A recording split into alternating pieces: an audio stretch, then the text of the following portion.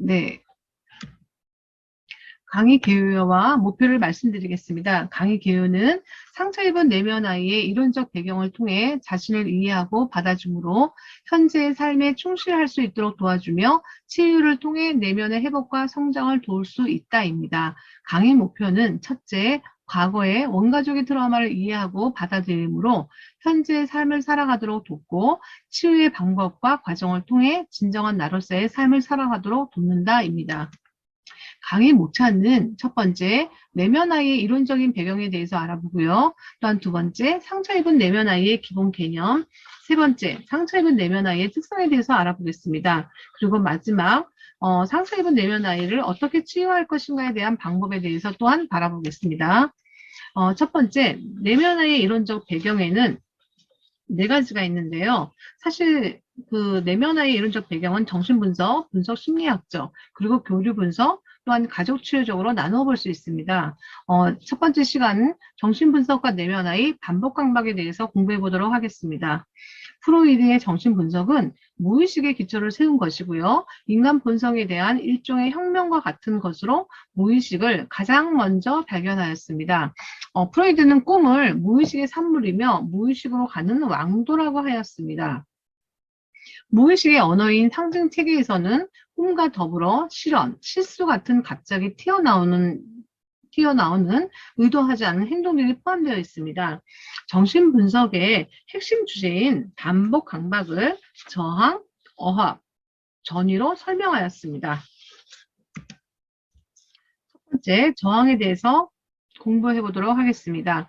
저항은 무의식을 의식화하는 과정에서 알게 되는 것에 대한 두려움, 또한 자신이 알게 된 것을 감당하지 못할 것에 대한 막연한 두려움을 말합니다. 정신분석은 무의식을 의식화시키는 작업인데요. 정신분석의 해석은 내담자가 스스로 인식하지 못한 부분을 드러나게 해주거나 또한 그의 감정을 다루어 알게 해준 작업입니다. 그래서 정신분석의 해석 과정은 두 가지가 있는데 첫 번째는 인지적인 작업이 있고 두 번째는 정서적인 작업이 있겠습니다. 인지적인 작업은 내담자가 모르는 것을 알게 해주는 것이고 두 번째 정서적인 작업은 내담자가 알게 되는 것에 대한 마음의 두려움을 의식하게 하는 것이라고 할 수 있습니다. 세 번째, 억압인데요. 우리가 내적 긴장과 갈등을 줄이려고 할 때 가장 많이 사용하는 기본적인 방어 기제입니다. 이 억압은 나타나는 현상이 네 가지가 있는데요. 첫 번째는 트라우마적 사건에서 발생합니다. 프로이트는 결정적인 억압이 유년기 시절의 트라우마적 경험에서 발생한다고 보았는데요. 아동기나 사춘기 시절 발생한 트라우마는 당사자에게 격렬한 경험으로 도저히 소화시킬 수 없는 상처가 되어버립니다. 트라우마를 경험한 사람은 어떠한 반응도 할 수 없고 도망칠 수도 없고 또한 어떠한 말로도 자기 안에 밀려온 감정을 표현할 수 없는 상태가 되기 때문입니다. 또한 억압은 트라우마 감정 그 자체가 억압을 발생시킨다고 보았습니다. 예를 들어 공포증은 유기와 버림받음의 트라우마 사건을 겪었던 사람에게서 볼 수 있는 감정으로 보호적인 안전한 사랑을 갑자기 빼앗기는 고통의 감정이라고 보았습니다. 강박증의 경우는 트라우마적 사건이 학대와 모멸이기 때문에 내면에 갖는 감정은 신체적 위해를 당하거나 자존심 상하는 고통입니다. 또한 세 번째, 억압은 트라우마적 사건과 감정, 그리고 욕망에서 발생한다고 볼 수 있는데요. 나지오는 이 욕망을 타자의 몸이라고 표현하였습니다. 그것은 사랑하거나 증오하는 타자의 몸으로, 다시 말해 이 욕망은 애착을 향한 욕구인데요. 사랑하는 대상인 어머니와 애착 관계를 형성해서 정서적, 신체적, 정신적으로 안전하다는 만족감을 얻으려는 욕구를 말합니다. 건강한 욕망이란 엄마, 아기 관계를 포함해서 모든 사랑 관계 안에서 내재된 애착적 열망을 의미하죠. 트라우마에 노출된 아이는 애착 욕구가 고조하게 되고 애착 대상과 건강한 애착 관계를 형성하지 못해서 그걸 넘어 상대를 완전히 지배하려고 하고 통제하려고 달려듭니다. 즉 상대를 완전히 무력화시키고 또 그걸 통제하고 싶은 욕구에 시달리게 되죠. 이렇게 트라우마를 경험하는 아동은 또 다른 트라우마적 경험으로부터 자신을 보호하려고 한다고 볼 수 있습니다. 그리고 억압은 사건, 경험, 욕망, 더불어 환상도 포함이 되는데요. 정신분석에 의하면 이 환상 또한 일종의 방어기제 중 하나입니다. 환상은 고통을 잠시 잊게 해주거나 원하는 것을 상상적으로 만족시켜 주는데요. 트라우마를 경험한 아동과 청소년들은 대상이 자기에게 다시 트라우마를 줄 수 없게 만들기 위해서 상대를 통제하는 도착적인 욕망을 환상을 통해 나타내기도 하죠. 예를 들어 강박증을 가진 내담자는 애착의 대상이 자기에게 고통을 주지 못하도록 대상을 완전히 결박시키는 노예화하는 환상이 존재하기도 합니다. 나지오는 이러한 환상을 음침한 허구적 실체라고 말하였습니다. 이러한 무의식적 환상 속에서 내담자는 트라우마 사건의 가해자와 피해자 역할을 동시에 번갈아 가게 이렇게 하게 되는데요. 이러한 환상에는 트라우마 가해자와 관련된 전능한 환상이 있고 또한 피해자와 관련된 무기력적 환상이 있을 수 있습니다. 세 번째, 전이에 대해서 말씀드리겠습니다. 전이란 개인이 어린 시절 주변에 있던 사람들에게 가졌던 경험을 지금 어떤 대상에게 옮겨놓고 마치 과거의 그 사람인 것처럼 경험하게 되는 현상을 말하는데요. 전이와 매우 유사한 단어로 투사가 있잖아요. 이 전이를 하는 사람은 자신의 과거의 트라우마적 경험 속에 만들어진 감정과 마주하는 대신 그 감정을 분리하여 다른 대상에게 자신의 감정을 투사합니다. 투사된 감정이 격렬한 분노와 부정적인 감정일수록 투사의 결과는 파괴적이라고 볼 수 있고요. 상처 입은 내면 아이의 격렬한 감정적 과정은 전이와 투사의 메커니즘을 통해 쉽게 설명될 수 있습니다. 반복 강박, 내면 아이의 메커니즘에 대해서 알아보겠는데요. 무의식에는 일정한 규칙이 존재합니다. 그것은 반복의 힘인데요. 무의식은 최초의 경험을 반복하려는 성향을 갖고 있습니다. 그것이 역기능적이든 기능적이든 상관하지 않고 반복하려고 합니다. 만약 역기능적인 것을 반복한다면 이것은 강박적이고 병리적인 반복이며 타나토스적 힘이 지배한다고 말할 수 있는데요. 이 타나토스적이라는 것은 공격적인 본능으로 구성되어 있고 파괴적인 죽음의 본능이라고 할 수 있습니다. 1편에서 여러분들한테 나눴던 그 사례가 생각나시는지는 잘 모르겠지만 제가 그 아버지에게 심하게 통제당하고 고통받았던 어떤 여자분이 어른이 되어서 신호등, 빨간 신호등만 켜지면 그것을 질주하는, 그것을 그냥 치고 가고 싶어하는 본능에 충동을 느낀다고 제가 말씀드린 적 있잖아요. 그것처럼 이렇게 역기능적인 것은 죽음의 본능까지 힘을 지배할 때가 있습니다. 프로이트는 과거를 반복하려는 무의식적인 본능이 우리 안에 있다고 보았는데 어린 시절 많은 스트레스와 불행을 느꼈던 사람은 현재 생활에서도 다시 느낄 가능성이 높으며 나도 모르게 껴안고 살아가므로 불행과 불안은 다시 반복된다고 볼 수 있습니다. 네, 그러면 내면아이의 이론적 배경 두 번째 시간인데요. 분석심리학과 내면아이, 신성한 아이와 컴플렉스에 대해서 보도록 하겠습니다. 칼 융은 무의식을 개인의 무의식과 집단 무의식으로 나누어 보았습니다. 개인 무의식은 한 사람이 태어나 살아가면서 경험한 개인적 경험이 무의식에 억압되었거나 잊혀져서 생긴 것입니다. 그래서 이런 개인 무의식은 개인의 평생을 두고 습득하는 것이죠. 또한 집단 무의식이 있는데요. 이러한 집단 무의식은 개인의 경험과는 무관하게 태어날 때 이미 인간의 마음 밑바닥에 존재하던 것으로 의식 생활의 기본 뿌리가 되는 것을 말합니다. 이런 집단 무의식은 처음부터 항상 우리와 함께 있어 왔던 것입니다. 집단 무의식은 수천 년대를 통해서 전달된 것으로 인류가 전달해온 기억적인 원형을 형성하는데요. 이 원형은 꿈의 상징체계 속에서 발견되기도 하고 지혜, 그 다음에 인간 성장의 안내자 역할을 하기도 합니다. 원형적인 패턴은 인격 속에 실현되기를 기다리며 개인적인 심리적 심상 및 전통과 문화를 통해 강력한 영향을 미치기도 하죠. 원형적인 패턴은 자아가 상처를 받기 쉬울 때, 위기의 순간, 즉 스트레스 상황에 가장 분명하게 드러납니다. 브래드쇼에 의하면 상처받은 내면 아이를 설명하기 위해서 이러한 원형을 언급하였는데요. 그 중에 가장 강력한 원형은 어머니와 아버지에 대한 원형이라고 할 수 있습니다. 존 브래드쇼는 어머니의 원형과 아버지의 원형에 대해서 이렇게 말했는데요. 어머니의 원형은 긍정적인 측면은 아이를 돌보고 생명을 주고 양육하는 것에 있다고 보았습니다.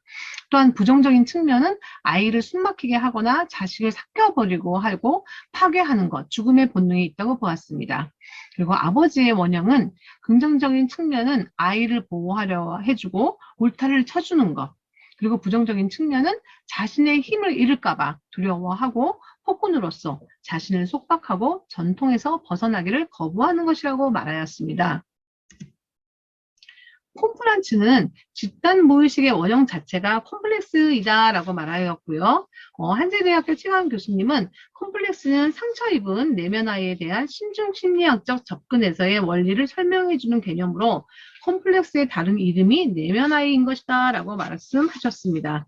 원형들 중에 가장 많은 영향을 주는 원형이 아까 말씀드린 아버지 원형과 어머니 원형, 그리고 그림자 아니면 아니모스가 있습니다. 이 중에 우리가 가장 접근하기 쉬운 것이 그림자, 컴플렉스라고 말씀드릴 수 있습니다. 네, 컴플렉스는 칼 융은 신경질적 모든 증상은 컴플렉스 때문에 오는 것으로 보았는데요. 이 컴플렉스는 정신 안에 있는 자율적인 존재로 자아의 통제를 받지 않는 독립적인 존재라고 할 수 있습니다. 컴플렉스는 마음의 응어리로 해석될 수 있으며 강한 감정 체험에 의해서 모여든 심리적 내용물들의 뭉침으로 해석될 수 있습니다. 컴플렉스는 우리가 살아오면서 겪게 되는 사건들 중에 특별히 감정적으로 과민 반응을 일으키는 것이 반영되고요. 실제 경험한 것과 더불어 당시 상상한 것, 좌절된 미래, 미해결된 감정들이 복합적으로 혼합된 것으로 해석할 수 있습니다. 콤플렉스는 과거에 힘들었던 경험을 현재와 미래 안으로 끊임없이 가져와서 당시의 고통을 재경험하게 만듭니다. 이러한 맥락에서 콤플렉스는 프로이드가 말한 반복, 강박적이라고 볼 수 있습니다. 즉, 한번 발생한 콤플렉스는 비슷한 상황이나 유사한 관계 경험 속에서 매번 동일한 감정이 수반하게 됩니다. 일상 속에서 콤플렉스를 유발하게 했던 주제나 또한 내가 해소되지 못했던 미해결 감정들이 건드려지면 무의식 속에 결합되어 있던 전체가 활성화되죠. 그렇게 되면 늘 해오던 틀에 박힌 방식으로 자동적으로 반응하게 되고 이러한 반응은 과잉 반응과 또한 부적절한 대처로 인해 어려움이 발생하기도 합니다. 제가 수진이 사례를 하나 여러분들에게 들려드리도록 하겠습니다. 어떻게 수진이가 이렇게 활성화가 되었는지 여러분들에게 좀 이해를 돕기 위한 사례입니다. 중학교 교실에서 반 친구들에게 왕따를 당했던 한 여성이 있다. 자기를 마음에 들어 하지 않던 몇 명의 친구들에게 따돌림을 당하였다. 너무나 수치스럽고 괴로웠지만 자기가 왕따 당하고 있다는 사실을 같은 반 다른 아이들에게 들키지 않으려고 기를 쓰고 참았다. 당시 학교에 가는 것이 너무 힘들어 공황장애까지 경험했다. 지금 이 여성은 대학을 졸업하고 직장에 취업을 하였다. 그토록 원하던 직장에 어렵게 준비해서 입사를 한 후 정신적인 고통을 당하였다. 그것은 그녀의 오래된 콤플렉스가 활성화되었기 때문이다. 직장에 가는 것이 죽기보다 싫었고 동료 직원들을 보는 것이 너무나 두려웠다. 직장에 출근해서 자리에 앉는 순간 어떠한 마음이 들었는지 자신에게 물어보았다. 그것은 마치 중학교 교실에 와 있는 듯한 느낌이었다. 그리고 동료들이 자기를 싫어해서 자기에 대해 뒷담화를 하고 자기 뒤에서 욕하면서 수군할 것 같다고 하였다. 그러면서 사무실에 있는 것이 너무 무섭고 두려워 자리에 앉아 있을 수 없다고 하였다. 이처럼 이 여성의 콤플렉스는 활성화되었고 그러면서 과거와 현재의 구분이 깨어지고 무기력하던 중학교의 교실과 성인이 되어 출근한 사무실이 동일시 되어버린 것입니다. 그 순간 그녀는 더 이상 성인이 아닌 학생이 돌아가게 되어 있었던 것이죠. 그 여인은 당시의 무기력, 공포, 외로움 등 미해결 감정들이 그녀를 엄습해 왔습니다. 이처럼 콤플렉스는 이 여성을 방해하고 있었고 주어진 상황에 맞는 개인의 차별화된 행동을 하지 못하게 하고 언제나 판에 박힌 그 패턴처럼 과거의 대응 방식과 그거에 따른 감정들을 경험하게 만들었습니다. 감정이 크면 클수록 콤플렉스가 더 강해지고 자아의 기능은 축소되며 개인의 자유의지가 중단된다고 보시면 되겠습니다. 브래드 쇼는 상처 입은 내면 아이의 핵심이 감정이라고 말했습니다. 상처 입은 미해결의 감정이 끊임없이 현재 안에서 재생되고 반복되는 것이라고 말했습니다. 내면 아이의 이론적 배경 세 번째에 대해서 알아보도록 하겠습니다. 교류 분석과 내면 아이, 아동 자아와 인생 각본. 자아 이론, 교류 분석은 부모, 성인, 아동 이렇게 세 개의 자아 상태가 근거하고 있는 성격의 이론을 갖고 있습니다. 이러한 자아 상태는 프로이드의 세 가지 성격인 본능, 자아, 초자아와 비슷한 개념으로 이해될 수가 있는데요. 교류 분석은 인간을 세 개의 나를 가지고 있는 것으로 간주하고 이것을 자아 상태라고 말했습니다. 에릭 번은 자아 상태는 감정이나 인식, 이와 관련된 행동 양식을 종합한 하나의 체계라고 보았습니다.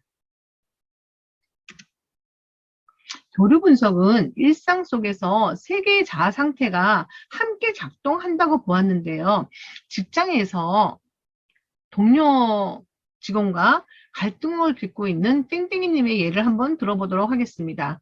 첫 번째, 갈등을 겪을 때 이 사람에게 드는 생각은 좋은 사람인 줄 알았는데 자기 이익만을 챙기는 욕심장이네. 도대체 어떻게 저런 직원을 채용해서 나를 이렇게 힘들게 하지? 서로 싸우고 화를 내는 건 좋지 않으니까 그냥 무시하자. 이렇게 올라오는 부모 자아 상태가 있고요. 두 번째, 도대체 뭐 저런 게 다 있어? 막무가 되고 예의도 하나도 없군. 저렇게 행동하는 데는 무슨 이유가 있나? 이렇게 생각하는 성인의 자아 상태가 있습니다. 그리고 마지막으로 큰일 났어. 내가 다 뒤집어 쓰겠군. 어떻게 하지? 이렇게 두려움을 갖는 아동 자아 상태가 한꺼번에 작동한다고 보았습니다. 네, 부모 자아에 대해서 알아보도록 하겠습니다. 부모 자아는 프로이트의 초자아에 대비될 수 있는 개념으로 부모 또는 대리인에 내재화된 인격의 한 부분입니다. 부모와 부모를 대신할 수 있는 중요 인물들의 행동이나 태도로부터 영향을 받아 형성됩니다. 부모 자아 안에서 부모가 가졌을 감정들을 경험할 수 있습니다. 부모 자아 상태 안에서 우리는 부모가 사용한 표현이나 사고방식을 통해 자신과 다른 사람들에게 표현합니다. 부모 자아는 부모가 자녀에게 내리는 징벌과 제한을 가하는 행동, 다른 사람을 돌보는 것과 같은 양육적인 행동도 포함됩니다. 또한 상대를 판단하는 평가라든가 도덕, 윤리 등에 기인하는 그러한 말은 다 부모 자아에 속한다고 볼 수 있습니다. 부모 자아 상태 안에서는 부모가 했던 말투나 몸짓, 생각의 지배를 받으며 이러한 방식으로 자신을 나타내기도 합니다. 여러분들의 자녀나 대인관계 속에서 때때로 내가 원하지 않았던 나도 모르게 내 부모가 나에게 했던 엄마의 말투라든가 몸짓이라든가 어떤 표현을 하신 적은 경험해 보신 적이 없으신가요? 저는 간간히 저희 딸한테 저도 모르게 생각하지 못했던 행동을 할 때가 있거든요. 그리고 저희 엄마가 욕을 워낙 잘하셨어요. 그래서 뭐 2년 전혀는 사실 그건 굉장히 단순한 언어였는데 저는 그런 말을 듣고 자라다 보니까 사실 그게 나쁘다 좋다라는 개념을 잘 알지 못했었거든요. 근데 저희 아이가 어릴 때 제가 가끔 이뻐서 인연이 뭐 이렇게 얘기를 하면 애가 막 울고 야단을 치고 엄마가 어떻게 딸에게 욕을 하냐고 되게 난리를 친 적이 여러 번 있었거든요. 그럴 때마다 제가, 아니, 내 엄마는 나에게 그렇게 불렀을 때 나는 그런 걸 잘 몰랐는데 얘는 왜 이럴까라는 생각을 되게 많이 했습니다. 이제는 커서 그렇게 또 아이에게 부르지도 않고 저 또한 그게 아이에게 좋은 표현이 아니었다고 생각했고 그것은 내 엄마가 나에게 했던 내 안에 있는 부모자가 똑같이 그 방식으로 내 자신을 나타낸 것이라 생각했기 때문에 그 이후로는 더 이상 쓰지 않았거든요. 그런데 때때로 이렇게 부모 자아는 나도 모르게 엄마가 아빠가 나에게 생각했던 어떤 표현했던 행동이나 사고방식 또한 도덕 같은 윤리적 평가들을 가할 때 이렇게 부모자아가 간간히 나올 때가 있음을 볼 수 있습니다. 네, 부모자아의 기능에는 두 가지가 있는데요. 양육적인 부모자아와 비판적인 부모자아가 있습니다. 양육적인 부모자아는 타인에게 친절하고 동정하며 관용적인 태도, 타인을 보살피는 보호적인 방식이고요. 또한 주변 사람들을 격려하고 어려운 부분을 보살피는 작용으로 볼 수 있습니다. 또한 다른 사람의 응성을 잘 받아주고 보호해주고 위안하고 배려해주며 좋은 어머니의 모습을 갖고 있습니다. 적절한 양육을 가능하게 하고 또한 인간관계가 편해질 수 있지만 이것 또한 너무 지나치면 역기능적이라고 할 수 있습니다. 양육적인 부모 자아에 비해 또한 비판적인 부모 자아가 있는데요. 자신의 생각과 가치를 우선시하고 완고하고 처벌적인 방식으로 기능합니다. 타인을 이해하고 공감하기보다 엄격한 원리 원칙으로 판단하고 주장하는 태도, 배타적인 자세, 명령적 말투, 비난의 말을 함으로 가족이나 타인의 관계를 어렵게 만들기도 하죠. 제가 아까 저희 딸에게 썼던 그런 단어는 사실 비판적인 부모 자아라고 할 수 있습니다. 두 번째, 성인자에 대해서 알아보도록 하겠습니다. 성인자아는 프로이드의 자아에 대비되는 개념인데요. 우리의 인격 중에서 사실을 객관적으로 판단하려는 부분입니다. 감정적이지 않고 비판적이지 않으며 논리의 법칙에 의해 기능을 합니다. 정서의 지배를 받지 않으므로 또한 합리적이고 이성적이며 논리적 판단에 의해서 기능을 하죠. 정서의 지배를 받지 않으니까 이런 기능이 이제 하다 보니까 문제 해결 능력과 또한 깊이 연결될 수 있다고 볼 수 있습니다. 의식의 영역에 있는 것으로서 다른 사람하고 적절한 주고받기를 유지하고 공정하게 평가하기에 일의 능률을 상승시킬 수 있습니다. 또한 무언가를 선택할 때 상대의 말을 잘 들어주고 신중하게 행동하고 사회관계 안에서의 균형과 효율성을 가져다 주는 작용을 한다고 말할 수 있습니다. 아동자아는 어린이자아라고 또 말할 수 있는데요. 이 아동자아는 프로이트의 원자아에 대비될 수 있는 개념으로서 어린 시절의 경험을 반복적으로 아동처럼 느끼거나 행동하는 기능을 말하고 있습니다. 아동들은 자신의 경험을 언어적으로 잘 표현하기보다는 사실 감정적인 반응으로 먼저 보이죠. 아동자아는 감정과 충동으로 이루어져 있습니다. 그래서 이 아동자아는 자유아동자아와 수능적인 아동자아로 나눠볼 수 있는데요. 자유아동자아는 부모에 의해서 통제와 조정에 영향을 받지 않고 본능적이며 자기중심성, 창조성과 자발성을 가지고 있고 또한 쾌감을 취하고 불쾌감을 피하는 것입니다. 도덕적, 윤리적 규범에도 매이지 않으며 외부적인 현실을 고려하지 않는 자유로운 아이라고 할 수 있는데요. 자기 감정에 솔직해서 울고 싶을 때 울고 웃고 싶을 때 웃는 자유로운 영혼이라는 말을 듣습니다. 천진난만한 상상과 공상을 가지고 있고요. 직관과 창조성이 뛰어나 예술가적 자질과 전문성으로 발전시킬 수 있다고 합니다. 그리고 그 반면에 수능적인 아동자아가 있는데요. 이 아동자아는 상처 입은 내면 아이의 개념에 주목한 것입니다. 자신을 참된 욕구와 표현을 누르고 부모의 기대를 따르려는 기능을 가진 자아인데요. 상처받기 쉬운 예민함과 유치하고 정서적, 지적으로 성장하기를 거부하기도 하고요. 자기 표현력이 부족하여 싫다고 표현하지 못해서 억누르거나 회피합니다. 겉으로는 착하고 반항하지 않지만 내면에는 이런 억누르거나 회피하는 감정으로 말미암아 분노의 감정이 존재하기도 하죠. 또한 내면의 감정에는 부자연스럽고 분노라든가 우울, 원망, 적개심, 비탄, 자기 혐오가 있게 됩니다. 분노는 자기 표현의 결핍에서 오는 것으로서 충족되지 않는 욕구에 대한 자연스러운 감정입니다. 이러한 자기 표현이 부족한 경우에 청소년 같은 경우에는 자살 시도라든가 비행, 학교 폭력, 도벽, 중독 등을 일으킬 수 있습니다. 분노는 자신의 감정을 마비시켜 자신을 혐오하게 만들기도 한다고 볼 수 있습니다. 네, 네 번째 내면아이의 이론적 배경으로 가족치료와 내면아이를 볼 수 있습니다. 가족치료에서는 이 내면아이가 가족의 트라우마에 의해서 나타난다고 보았는데요.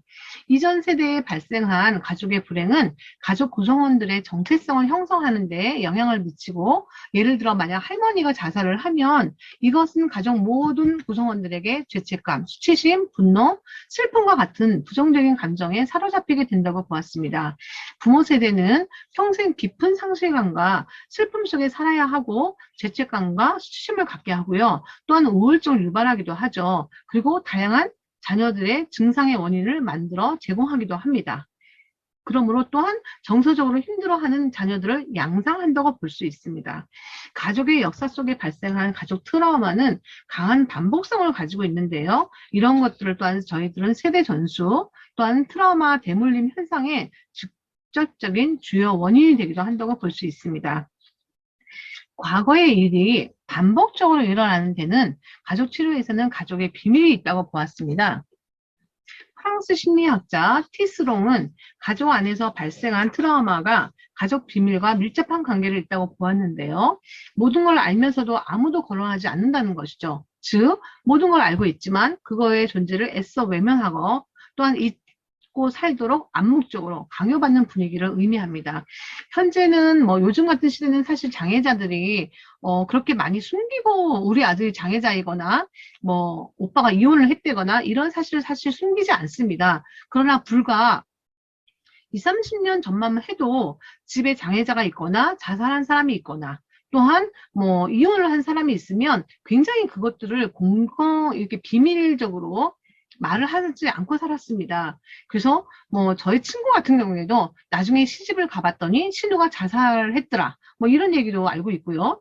또한 외할머니가 자살을 했대더라. 이런 얘기를 나중에 알았다. 몇십 년 후에 알았다. 이런 얘기를 되게 많이 들었거든요.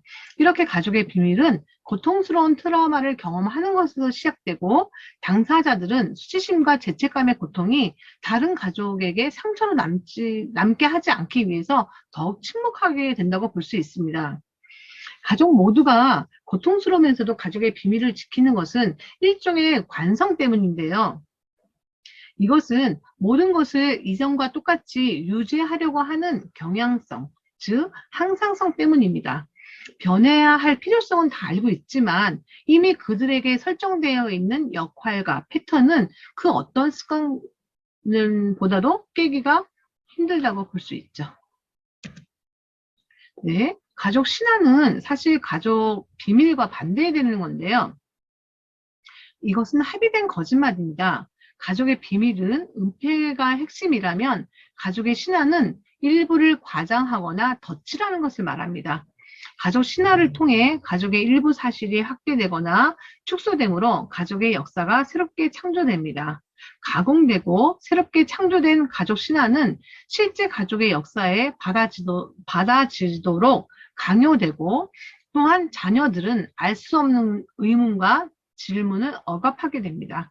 이것을 상담학적으로 일종의 정서적 한센병이라 부를 수 있습니다. 가족 트라우마는 가족 비밀과 가족 신화의 메커니즘을 통해 다음 세대에게 고통을 대물림하는 악순환이 발생하게 된다고 볼 수 있습니다. 또한 가족 트라우마의 두 번째, 가족 충성심에 있다고 보았습니다. 엮이는 가족 체계 안에서 상처 입은 내면 아이가 가질 수 있는 충성심에는 두 가지가 있는데요. 분열된 충성심과 강박적인 충성심이 있습니다. 분열된 충성심은 자녀가 부모 중 한 명에 대한 충성심을 희생하고 다른 한 부모에게 충성을 다할 때 생기는 현상인데요. 이런 현상은 주로 부모가 부부싸움을 하거나 부부가 갈등할 때 생깁니다.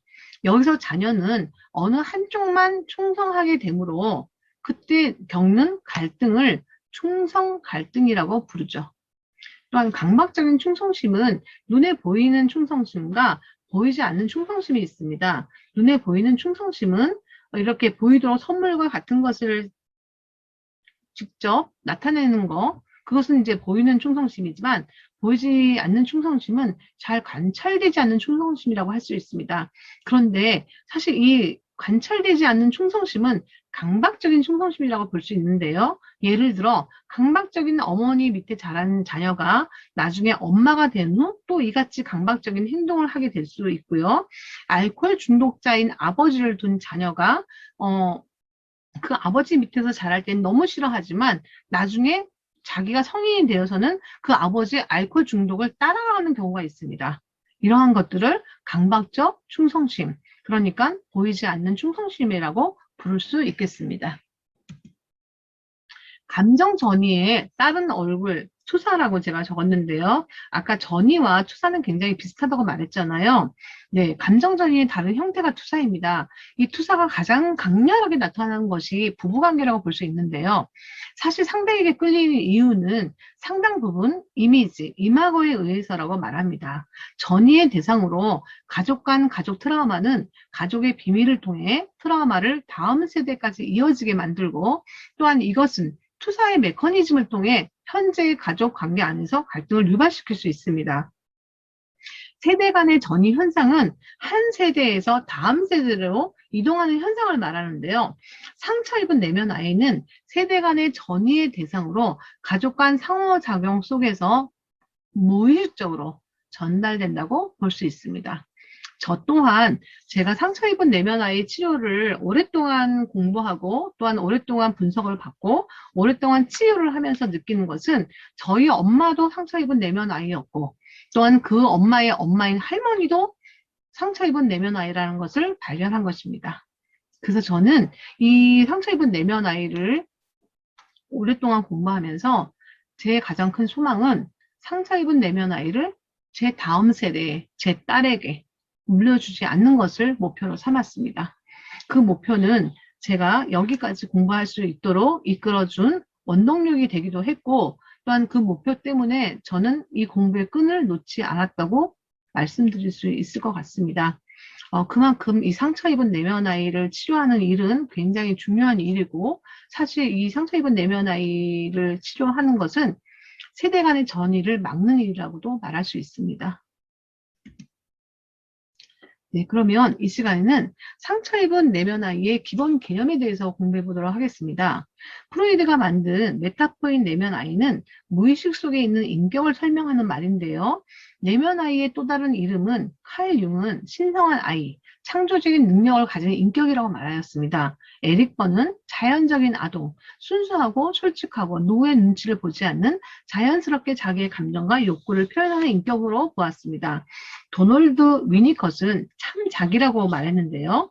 이 감정과 욕구에 가식 없이 표현하는 인격을 말했습니다. 브래드 쇼는 경이로운 내면 아이, 전능감을 갖고 있는 인격이라고 보았습니다. 또한 화이트 필드는 내재아라고 말했습니다.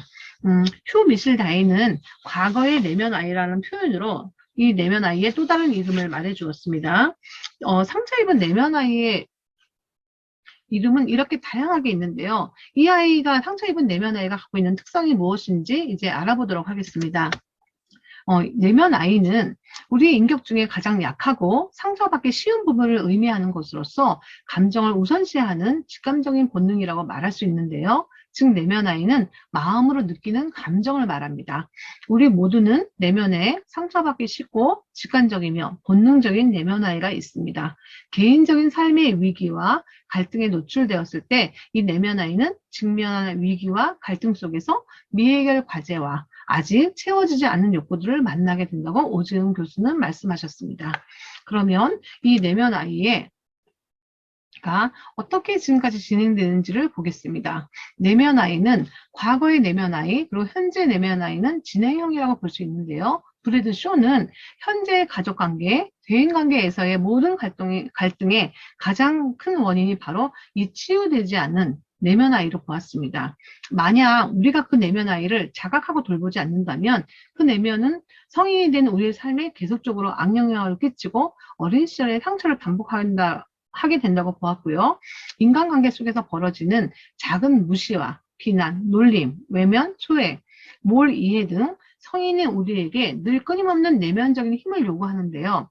즉, 우리는 이것들을 이길 수 있는 레질리언스, 회복 탄력성의 필요를 느낍니다. 그러나 어린 시절 상처를 경험한 사람은 상처 입은 내면 아이를 갖게 되고 또한 그러므로 말미암아 이 레지얼스 회복 탄력성을 떨어뜨리게 됩니다. 그래서 스트레스에 취약하고 작은 상처에도 민감하게 반응해서 관계나 문제 해결을 어렵게 만든다고 볼 수 있죠. 네, 그러면 이 시간에는 상처 입은 내면 아이의 특성에 대해서 공부해 보도록 하겠습니다. 상처 입은 내면 아이의 특성.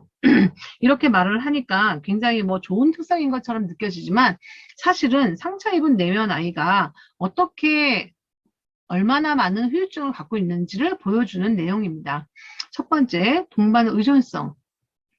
일종의 정체감 상실로서 자신의 감정과 욕구와 희망 등을 자신이 원하는 대로 하지 못하고 상대방의 눈치를 살피면서 지나치게 상대에게 의존되어 있는 상태를 말합니다. 이렇게 되면 자아 존중감이 상실되죠. 두 번째, 공격 행동입니다. 어린 시절 폭언과 학대에 노출된 사람은 학대와 폭력 이렇게 노출된 사람은 공격 행동이 나타나기도 하는데요.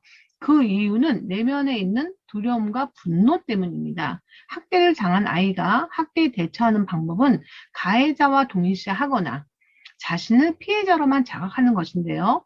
내면에서 끊임없이 올라오는 분노와 두려움은 자신의 공격적인 행동을 정당화하고 모든 문제를 다른 사람의 탓으로 돌리게 한다고 보고 있습니다.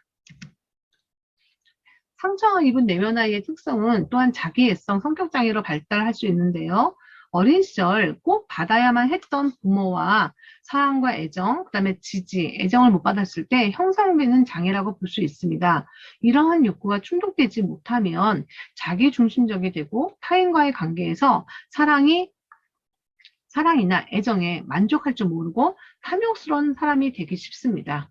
그래서 또 여기에 뭐 만약에 이분이 자기성 성격장애를 가지신 분이 좀 돈이 있다. 그러면 더더욱 탐욕스러운 사람이 될 수 있는 가능성이 쉽겠죠. 또한 상처 입은 내면 아이의 중요한 특성으로는 신뢰 문제가 있는데요. 정말 이거는 굉장히 회복하기가 참 어려운 것 같아요. 어렸을 때 학대와 폭력과 그런 상처를 많이 받다 보니까 사람에 대한 신뢰가 잘 되지가 않는 것 같아요. 양육적인 부모가 신뢰할 수 없는 사람이었다면 이 어린 나이로 자랐던 그 자신은 불신의 뿌리를 아는 채 성장했다고 볼 수 있습니다. 그래서 누군가를 믿지 못하게 되거나 아니면 지나치게 의존해서 믿게 되는 것도 여기에 포함된다고 볼 수 있는데요.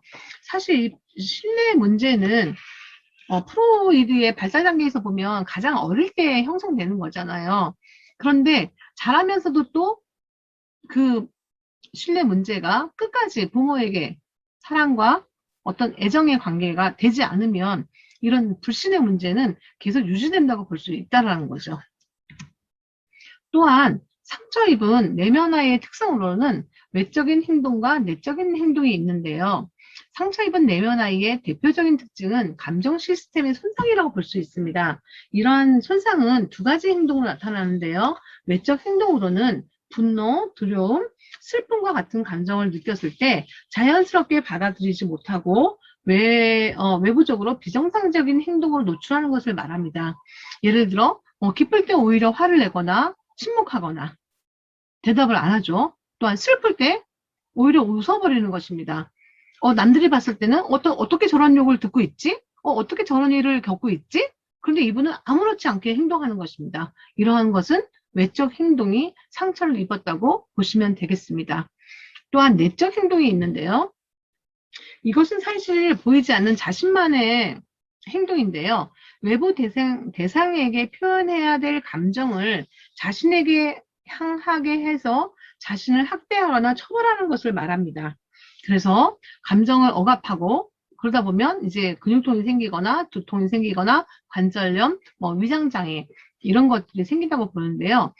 사실 학대를 받은 건 우리가 원해서 받은 건 사실 아니잖아요.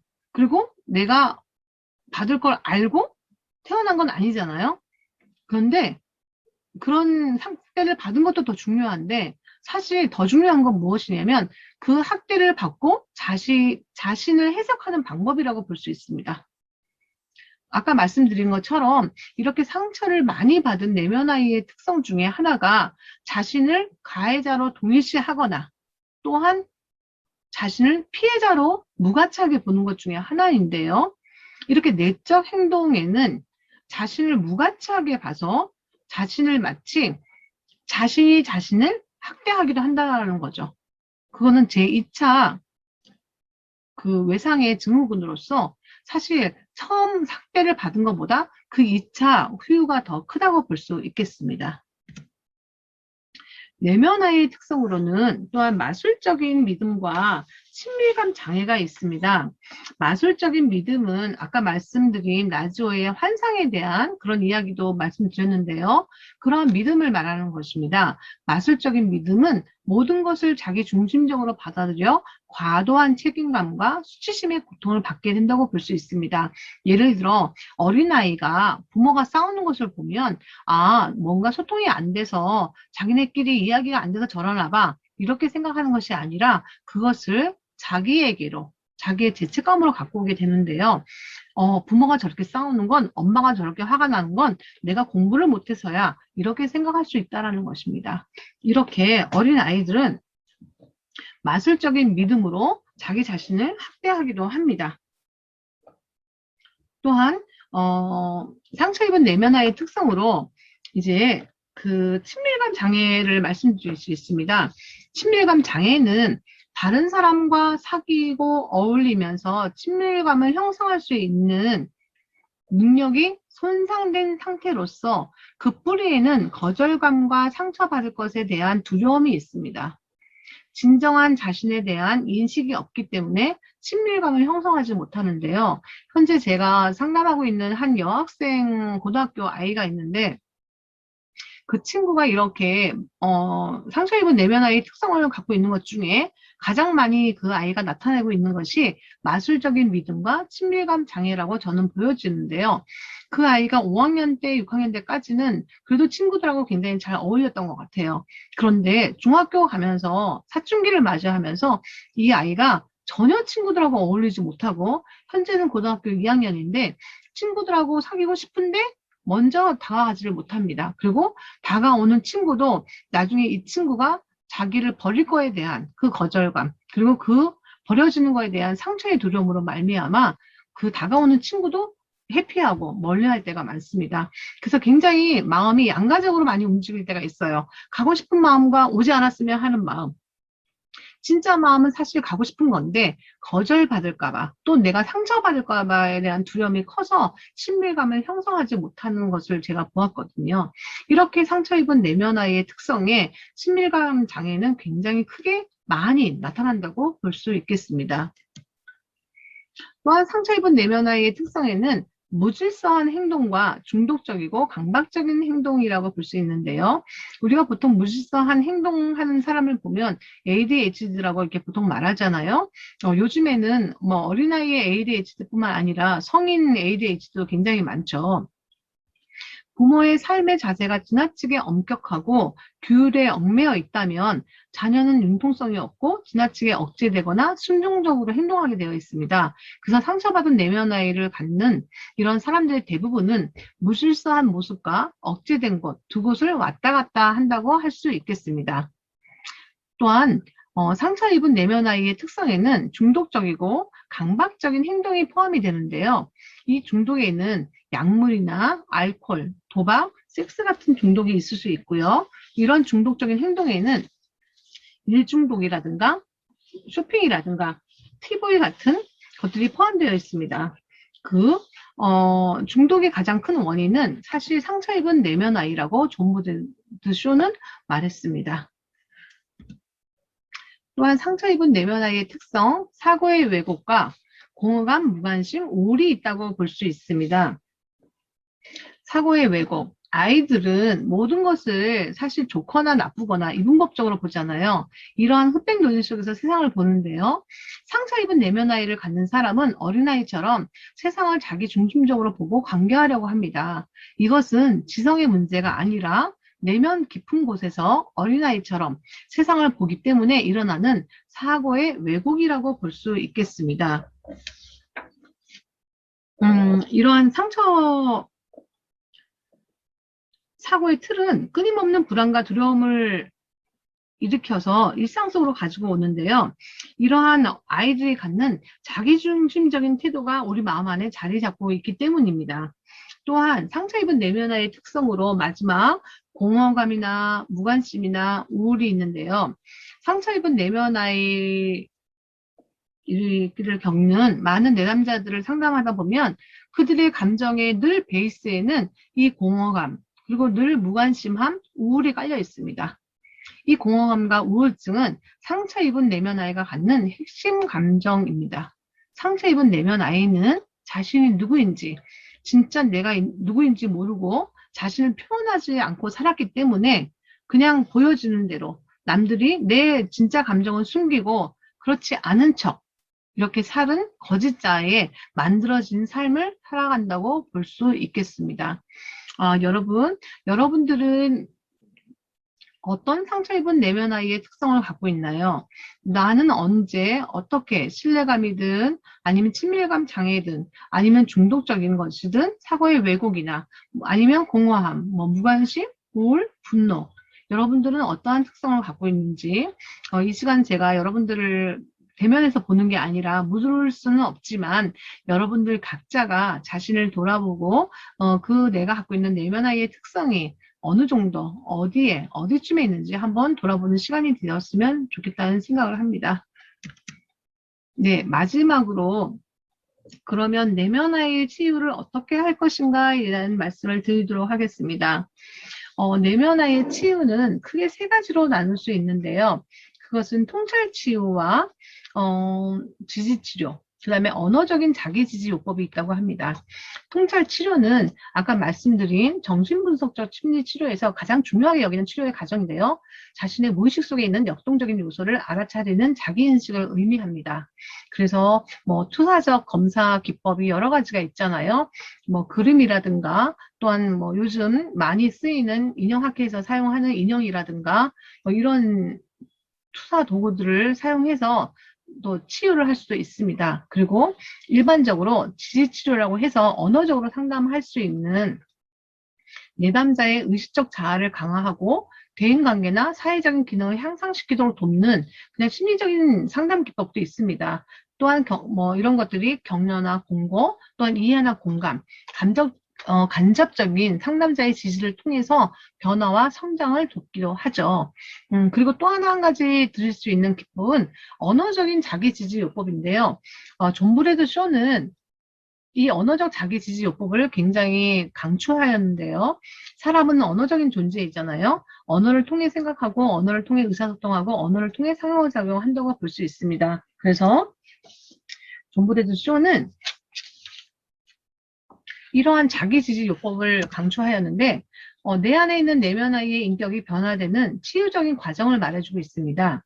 내면아이는 언어로 지지함으로써 자신에게 부족했던, 예전에 받지 못했던, 부모에게 받지 못했던 인정이나 칭찬, 또한 지지해주는 능력을 습득하게 해준다고 보고 있습니다. 예를 들어 존 브래드 쇼는 이렇게 말했습니다. 나는 나 자신을 사랑하며 무조건 받아줄 거야. 나는 내 자신을 받아줄 거야. 나는 나를 사랑할 거야. 이렇게 외쳐보라고 말하고 있습니다. 이때 중요한 것은 무조건 외쳐야 한다는 것입니다. 그냥 하다가 이걸 언제까지 하지? 몇 번을 해야 되지? 이런 생각을 내려놓고 내 가슴에서 뭔가 뜨거운 게 올라올 때까지, 뭔가 느껴질 때까지 무조건 외쳐야 한다는 것입니다. 사실 자기지지요법이 쉽게 되지는 않습니다. 왜냐하면 우리는 칭찬과 이 인정에 대해서 굉장히 목말라 있는 사람이고요. 내가 나를 인정해주거나 칭찬해준 적이 별로 없기 때문에 굉장히 낯설어하고 민망할 때가 많이 있죠. 그런데 상담을 해보신 분들은 아시겠지만 상담에서도 뭔가 내 안에 안 좋은 생각이 올라올 때는 스톱이라고 외쳐주고 또한 내가 뭔가를 해야 할 때는 계속 습관처럼 그걸 하라고 하잖아요. 그래서 존 브래드 쇼는 나에게 내 자신이, 내 마음이 들을 때까지 무조건 외쳐야 된다고 얘기를 하고 또한 무조건 나를 받아줄 거라고, 나를 존중해 줄 거라고 그런 고백을 하라고 말했습니다. 사랑하는 여러분, 긴 시간 동안 이렇게 수업을 하셔서 많이 힘드실 거라 생각이 듭니다. 인형, 상처 입은 내면 아이 치유 1편과 2편을 해오시면서 여러분들은 내 안에 있는 내면 아이를 어떻게 보셨고, 그 내면 아이가 어떤 상태에 있으며 어디쯤에 있는지, 또한 그 아이가 지금 나에게 무슨 말을 원하고 어떤 말을 듣기를 원하는지 느껴보셨는지요. 저는 이 수업을 통해서 여러분들이 그냥 지식으로만 쌓는 시간이 되지 않기를 진심으로 바라겠습니다. 내 상처 입은 내면 아이를 가지고 여러분들이 사랑하시는 그 하나님의 십자가 앞으로 나아가시기를 진정으로 바라며 그분의 은혜 속에서 내 상처받은 내면 아이를 치유받기를 정말 원합니다. 그리고 또한 하나님 안에서 우리가 충분히 기도하고 끊임없이 하나님의 지지를 받음과 동시에 또한 여러분들 스스로가 자기를 지지하고 자기를 인정해주고 칭찬해주는 과정도 필요합니다. 또한 여러분들의 힘이 부족할 때 전문적인 상담자에게 찾아가서 여러분들의 그러한 과정을 이야기하고 또한 격려받고 도움받기를 진심으로 바랍니다. 여러분 긴 수업 고생하셨고 애쓰셨습니다. 그럼 이번 모든 수업을 이제 마치도록 하겠습니다. 감사합니다.